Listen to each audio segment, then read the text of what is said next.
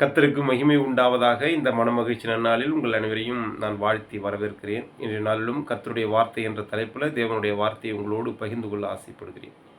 நம்ம அப்படியே வேதத்திலிருந்து ஒரு வேத பகுதியை வாசிப்போம். மத்தேயு எழுதின சுவிசேஷ புஸ்தகம் 28வது அதிகாரம் 5 மற்றும் 6வது வசனங்களை வாசிக்கலாம். தூதன் அந்த ஸ்திரீகளை நோக்கி, நீங்கள் பயப்படாதிருங்கள், சிலுவையில் அறையப்பட்ட இயேசுவை தேடுகிறீர்கள் என்று அறிவேன். அவர் இங்கே இல்லை, தாம் சொன்னபடியே உயிர்த்தெழுந்தார். கர்த்தரை வைத்த இடத்தை வந்து பாருங்கள். கர்த்தருக்கு மகிமை உண்டாவதாக. இந்த மனமகிழ்ச்சி நன்னாளில் நம் ஆண்டவராகிய இயேசு கிறிஸ்து நமக்காக இந்த உலகத்திற்கு வந்து தன் ஜீவனை ஜீவபலியாக ஒப்பு கொடுத்து அடக்கம் பண்ணப்பட்டு 3ஆம் நாளிலே உயிர்த்தெழுந்தார் என்பதை நினைவுபடுத்துகிற விதமாய் இந்த வார்த்தை நம்மோடு கடந்து வருகிறது.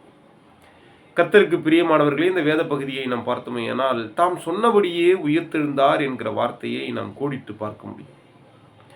நம் ஆண்டவராகிய இயேசு கிறிஸ்து ஊழியம் செய்த அந்த காலங்களில் தங்களுடைய சீஷர்களுக்கு இதை முன்னறிவிப்பார். எருசலேமிலே துன்பப்படுத்தப்பட்டு வேதபாரகர்களாலும் ஆசாரியர்களாலும் நான் கொலைபாதகத்திற்கு உள்ளாக்கப்பட்டு பல பாடுகளை பட்டு மரித்து மறுபடியும் உயிர்த்தெழ வேண்டும் என்பதை தன்னுடைய சீஷர்களுக்கு வெளிப்படுத்துவார். அப்பொழுதெல்லாம் அந்த சீஷர்கள் புரியாமல் இருப்பார்கள். அது மாத்திரமல்ல, அநேக வேத வாக்கியங்கள் இயேசு கிறிஸ்துவின் உயிர்த்தெழுதலை குறித்து நமக்கு முன்னறிவிக்கிறதா நாம் காண முடியும். ஓசியா புஸ்தகத்தில் நாம் பார்த்தோமேயானால் 6வது அதிகாரம் 2வது வசனத்தில் 2 நாட்களுக்கு பின்பு அவர் தம்மை உயிர்ப்பிப்பார், 3ஆம் நாளில் நம்மை எழுப்புவார், அப்பொழுது நாம் அவருடைய சமூகத்தில் பிழைத்திருப்போம் என்று நாம் காண முடியும். மத்தேயு 12:40வது வசனம் சொல்லுகிறது. யோனா 1:17 அடிக்கோடிட்டு இந்த வார்த்தை நமக்கு காண்பிக்கப்படுகிறது. யோனா இரவும் பகலும் 3 நாள் ஒரு பெரிய மீன் வயிற்றில் இருந்தது போல மனுஷகுமாரனும் இரவும் பகலும் 3 நாள் பூமியின் இருதயத்தில் இருப்பார் என்று இந்த வார்த்தை நமக்கு காண்பிக்கிறது. இப்படி இயேசு கிறிஸ்து மரித்து 3 நாள் கழித்து மறுபடியும் உயிர்த்தெழுவார் என்பதை நமக்கு நினைவு கூட்டுகிற அநேக காரியங்கள் வேதத்திலே நாம் காண முடியும்.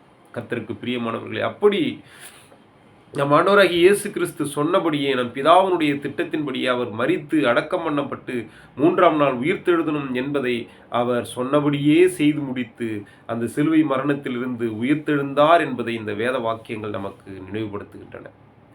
கர்த்தருக்கு பிரியமான அன்பு சகோதர சகோதரிகளே, இந்த நாளிலும் நம் ஆண்டவராகிய இயேசு கிறிஸ்து உயிர்த்தெழுந்த இந்த நாளை நாம் நினைவுபடுத்தும் பொழுது கர்த்தர் நமக்கு இந்த உயிர்த்தெழுதலை குறித்து சில காரியங்களை உணர்த்த ஆசைப்படுகிறார். நாம் இந்த உயிர்த்தெழுதலை குறித்து நாம் பார்த்தோமேயானால் இந்த உயிர்த்தெழுதல் எதை காண்பிக்கிறது என்றால் வெற்றியின் சின்னமாக நமக்கு காண்பிக்கப்படுகிறது.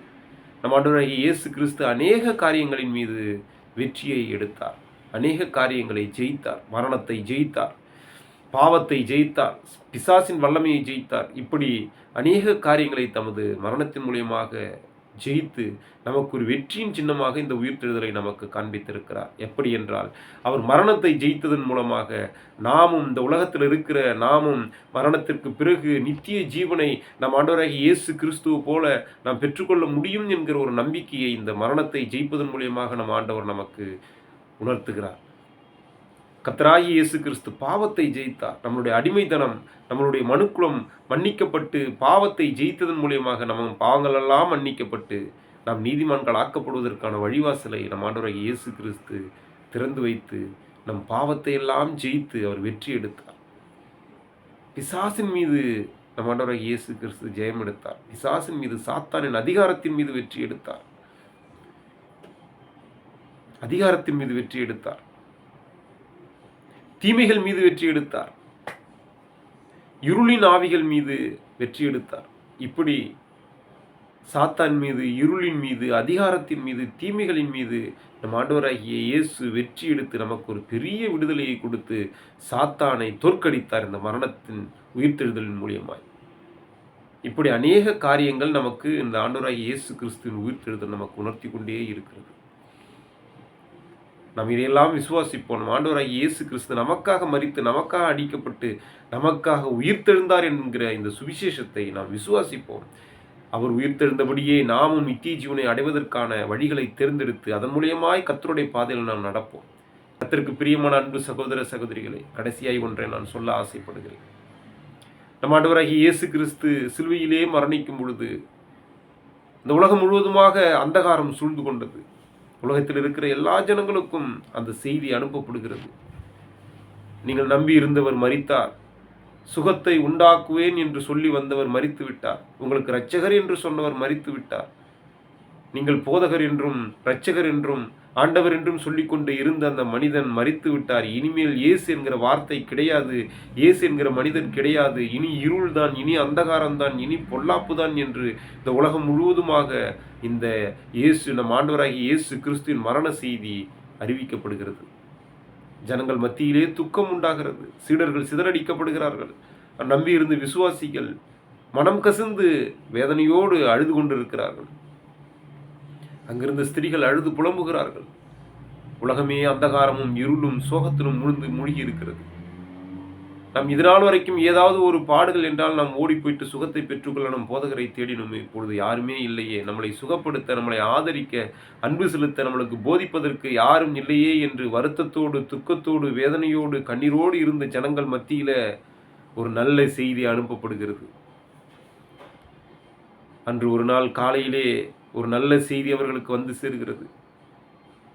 மரித்த இயேசு உயிரோடு எழுந்தார் என்கிற நற்செய்தி அந்த ஸ்திரீகள் மூலியமாய் சீடர்களுக்கு வந்து சேர்கிறது. அதற்கு பிறகு உலகம் முழுவதும் அந்த நற்செய்தி பரப்பப்படுகிறது. நம்ம ஆண்டவர் மரித்தார், அடக்கம் பண்ணப்பட்டார், 3ஆம் நாள் உயிரோடு எழுந்தார் என்கிற நற்செய்தி உலகம் முழுவதுமாய் சொல்லப்படுகிறது. இருளில் இருந்து வெளிச்சம் உண்டாகிறது, அடிமைத்தனத்திலிருந்து விடுதலை உண்டாகிறது, பாவத்திலிருந்து நன்மை உண்டாகிறது, விடுதலை உண்டாகிறது, மீட்பு உண்டாகிறது. கர்த்தருடைய நாமத்தை தொழுது கொள்கிற எல்லாருக்கும் அப்படியாப்பட்ட நித்திய கிருபையும் மீட்பும் ரட்சிப்பும் உண்டாகும் என்று இந்த நேரத்திலே நம் ஆண்டவராகிய இயேசு கிறிஸ்து இந்த வார்த்தை மூலமாக நமக்கு உணர்த்துகிறார். இந்த வார்த்தையை நாம் விசுவாசிப்போம். கர்த்தர் உயிர்த்தெழுந்த அந்த நாளிலே நாமும் கர்த்தருக்கென்று வைராக்கியம் கொண்ட ஒரு கிறிஸ்துவ வாழ்க்கை வாழ்கிறவர்களாக இருப்போம். கர்த்தருடைய நாமத்தை மகிமைப்படுத்துவோம். கர்த்தருக்கே மகிமை உண்டாவதாக. இந்த நாள் ஒரு மனமகிழ்ச்சி நாளாய் அமைய இயேசுவின் நாமத்தினால உங்களை நான் வாழ்த்துகிறேன். ஆமென்.